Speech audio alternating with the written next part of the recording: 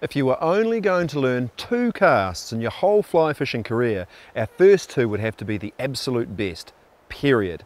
The standard overhead cast aside, the roll cast and the reach mend are the absolute most versatile techniques that I know of. There's no doubt that those 2 casts are going to get you more fish than any others. On a scale of 1 to 10 in fishiness, both get a solid 10. The roll cast really is a special cast. It's the foundation of all Spey casts, and once mastered it opens up a myriad of really useful casts for both the single and the double-handed rod.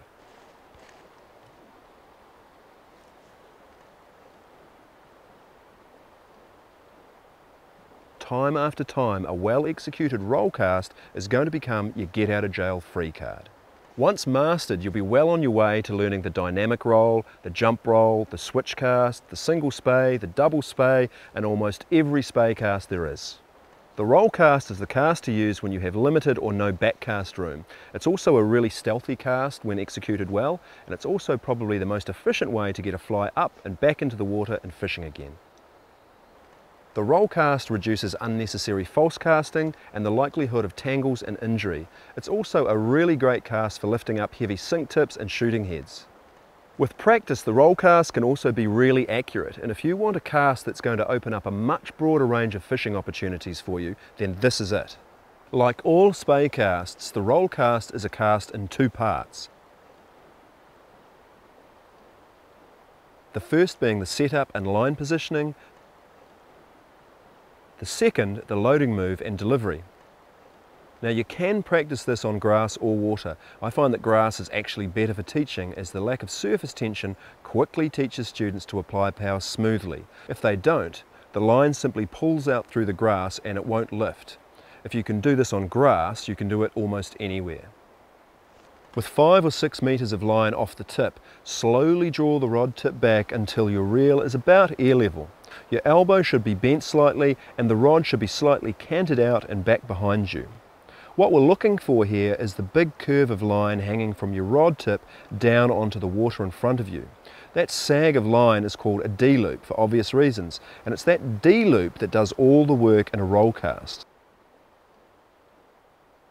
The rest of the line that's lying on the water out in front of you should be pointing roughly in the direction you want it to travel. Remember that the standard roll cast is not a change of direction cast. Now that you have a nice D-loop formed, the rest is actually pretty easy. The D-loop is going to help load the rod against the surface tension of the line out in front of you, and it's going to lift it off the water and deliver it to the target. The second part of the roll cast is exactly the same as the forward stroke on your standard overhead cast. Power the rod tip along slightly inside and parallel to the line that you have lying on the water in front of you. Think railway tracks, keep them parallel. Accelerate forward with smooth power application and finish with a crisp stop. Smooth acceleration is the name of the game here. Think start slow, finish fast. Don't overpower the stroke. The correct amount of power is always that which just lifts the line and has enough energy to turn it over and straighten it out, not punch it into the next territory. Here are some tips. The amount of line in your D-loop affects how much line you can lift. The bigger the D-loop, the more line you can lift off the water.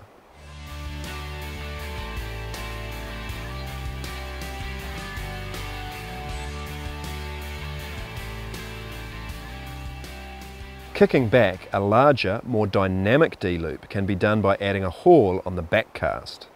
Adding a haul on the forward delivery will greatly increase line speed and distance. Once you have this 2-part static roll cast organised, try running the 2 parts together in a more fluid, continual motion. You'll find that you can create a much more dynamic D-loop and cast much more line.